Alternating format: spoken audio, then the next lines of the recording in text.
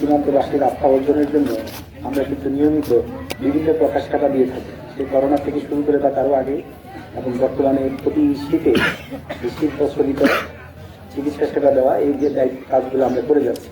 আরেকটা কথা আমি না বললেই নয়, সেটা হলো যে সীমান্তে কিছু সীমান্ত অপরাধ, অবৈধভাবে সীমান্ত পারাপার হয়, চোরাচালান, মাদক পাচার বা এই জাতীয় যে সকল কার্যক্রমগুলো হয়, আমরা অনুরোধ করবো আপনারা সীমান্ত শূন্য লাইন অতিক্রম করবেন না অবৈধভাবে। আপনারা জানেন প্রতিটা দেশের নিজস্ব আইন আছে, নীতি আছে। আপনাদের কাছে আপনারা এখানে বিশাল জনগোষ্ঠী আছেন, আমার সামনে অনেক জনবল আছেন, আপনারা প্রত্যেকে আমাদের এই কথাগুলা সাধারণ জনগণের কাছে পৌঁছিয়ে দিবেন যে কোনো অন্যায় কাজ আমরা না করি, আমরা আমাদের দেশে থাকি, আমাদের দেশে যা আছে এটা নিয়ে আমরা সন্তুষ্ট থাকি। আমি এ ব্যাপারে আপনাদের সহযোগিতার কাছে স্থানীয় যারা আছেন এখানে হাজির।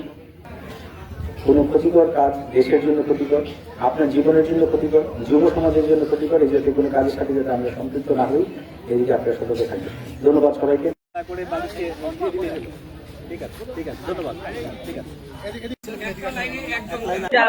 ভালো লাগছে,